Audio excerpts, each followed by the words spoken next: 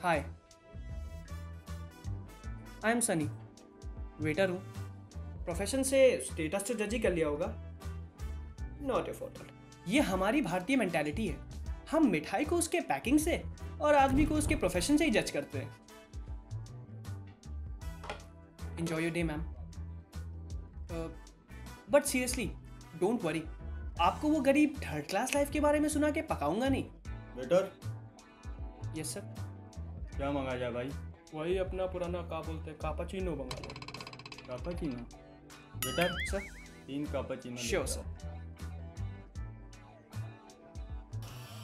सालों को जीन्स और चीनों में फर्क नहीं पता, लेकिन पियेंगे कापाचीनो। पर ठीक है यार, पिला देते हैं। हमारे बाप का क्या जाता है। Good morning sir, good morning ma'am. हाँ, तो मैं आप लोग को बोल रहा था कि हमारा दिन सुबह किसी का चेहरा देख के डिसाइड नहीं होता है अच्छा होगा या बुरा। हमारा दिन डिसाइड होता है यहाँ बैठे भुक्कड़ों के मेंटल सेटिस्फैक्शन से। अब चाहे वो किसी चिंदी के कम बिल आने का मेंटल सेटिस्फैक्शन हो, टिप 10 रुपए, या किसी लड़की के हाँ बोलने का मेंटल सेटिस्फैक्शन हो, 50 रुपए। और बात सिर्फ यहाँ बैठे भुक्खड़ों के मेंटल सेटिस्फैक्शन की नहीं है, काउंटर पे बैठे उस बिग बॉस के मेंटल सेटिस्फैक्शन की भी है, जो सिर्फ चाहता है। बिग बॉस चाहते हैं कि नेवर माइंड। और कभी कभी दिन ज्यादा अच्छा हुआ तो जैकपॉट। अरे 100 रुपए में क्या होगा यार? 100 रुपए में तो आजकल मूवी की टिकट भी नहीं आती है भाई। अरे देख लो काशी भैया, करवा दो काम हमारा। चलो चलो निकलो, देखते हैं, कुछ देखते हैं। नमस्कार, हमारा नाम काशी है। इस दफ्तर में हम 4th क्लास प्योन की नौकरी करते हैं। काशी भैया पानी। 1 मिनट। वैसे तो वो प्यून को वो क्या कहते हैं, यहाँ पे ज़्यादा इम्पोर्टेंस दी नहीं जाती है, पर शुरुआत से लेकर आखिरी तक यहाँ पर सब हम ही हैं। चकरा गए क्या हमारे कॉन्फिडेंस पे? काम चाहे बड़े बॉस का हो या छोटे से एम्प्लॉय का, यहाँ पर हनुमान बनकर सबका पर्वत हम ही उठाते हैं। बोले तो सबको हमारी ज़रूरत पड़ती है, यहाँ तक कि किसी नए क्लाइंट को भी हमारी छावनी से ही होके गुजरना पड़ता है। तब जाके मिलते हैं बिग बॉस के दर्शन। नमस्कार काशी भैया, नमस्कार। अरे अरे रुकिए जरा भाई, एंट्री तो कर दीजिए भाई। और काशी भैया सब बढ़िया? सब बढ़िया भैया। देखा, साहब अंदर बैठे हैं और उनसे पहले हमको नमस्कार किया जाता है, हमारा हाल पूछा जाता है पहले। हाँ, 4th क्लास नौकरी में पैसा भले ही कम है, पर इज्जत यहाँ बॉस के बराबर ही है। काशी, जी साहब। सामान ले आओ मेरा। टिफिन रख दिया?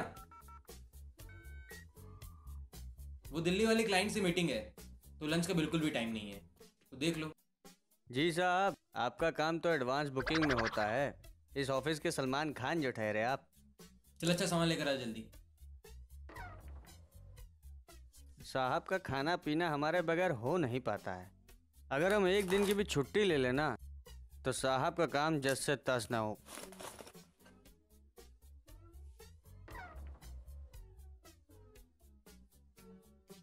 तुमको गाँव जाने के लिए छुट्टी कब चाहिए? साहब जब दे दीजिए, मैं तो आज रात ही निकल जाऊं। ठीक है, 2 दिन की ले लो। वैसे भी तुम्हारा काम ही कितना रहता है, पर 2 दिन में जल्द जल्द काम निपटा कर आ जाना। जी साहब। इनको ये नहीं पता कि ये हमको नहीं, हम इनको चलाते हैं। इनकी 1st क्लास नौकरी की इज्जत तभी है जब पीछे हम 4th क्लास वाले मेहनत करते हैं।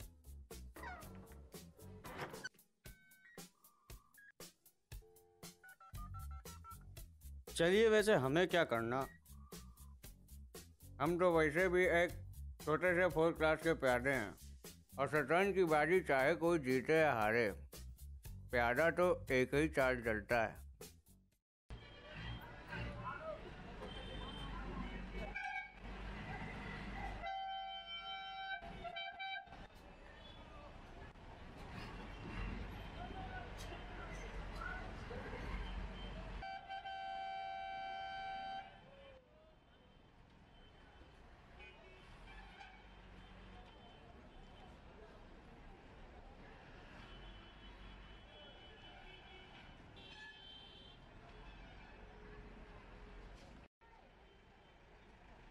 अरे भाई साहब, ये गोरखपुर वाली बस कितने बजे आएगी? पता नहीं, मैं तो यहाँ पे टाइम पास करने आया हूँ। बस अड्डे पे मस्ती? बस अड्डे पे मस्ती तो मतलब रेगिस्तान में पानी ढूंढने के बराबर है भाई साहब। लगता है ज़िंदगी में कुछ खास मज़ा रहा नहीं है आपके। वैसे भाई साहब करते क्या हैं आप? वेटर हूँ। वेटर? जी, और आप? प्यून हूँ। पियून? मतलब आपकी भी हालत पॉपकॉर्न में पड़े उस बटर जैसी है जिसकी कोई वैल्यू नहीं होती। हाँ भाई साहब, एग्जाम्पल भी आपने एकदम वेटरों वाला ही दिया है। वैसे वैल्यू क्यों नहीं है भाई साहब?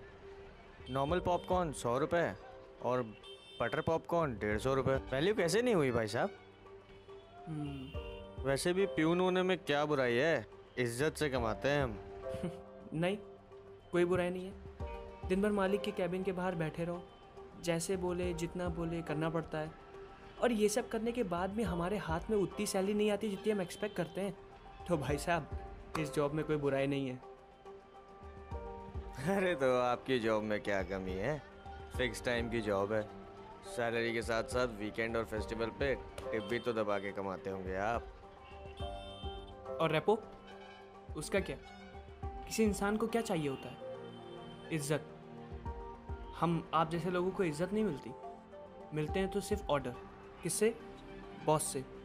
हमारी यूनिफॉर्म को देख के हमारा स्टेटस जज कर लिया जाता है। एक सेकेंड, क्या आपको कभी अपनी जॉब वैल्यू फील नहीं हुई? Job value?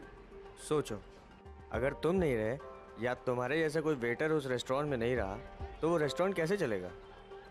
तो कोई और वेटर आ जाएगा। एग्जैक्टली बाबू, यही तो बात है। तुम्हारी जगह तुम्हारे जैसा ही कोई आदमी काम कर सकता है, कोई और नहीं। वेटर की जगह वेटर ही लेगा, कोई और नहीं। हो सकता है लोग उसे भी जज करें कपड़ों से। वैसे भी चाहे बॉस हो या कस्टमर, दोनों वेटर को ही आवाज़ लगाते हैं ज़रूरत पड़ने पर। ओके ओके, तो मतलब मैं इस जॉब में यहाँ इसलिए हूँ क्योंकि मुझे यहाँ होना है, नॉट बिकॉज कि वो जॉब छोटी है या बड़ी। मैं हूँ तभी वो काम हो पा रहा है। मैं या मेरे जैसा कोई नहीं तो वो जॉब ही नहीं। हाँ, अगर आपकी शिकायत अपने जॉब से है तो आप गलत हैं।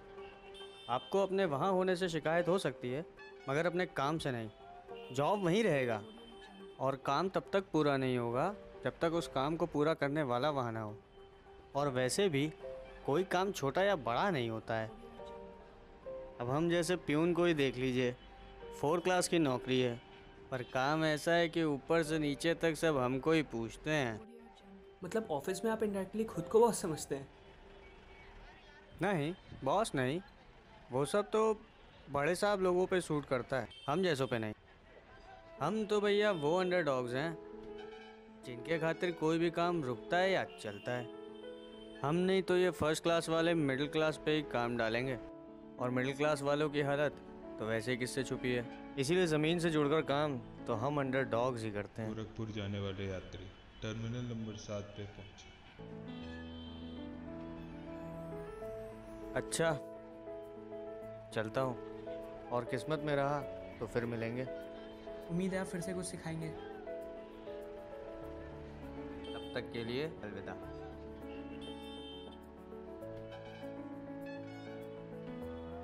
भाई साहब, ज़्यादा सोचिए मत, आप भी यही हैं और मैं भी यही हूँ। और वैसे भी हर कोई अपने जीवन में कुछ ना कुछ कर ही लेता है।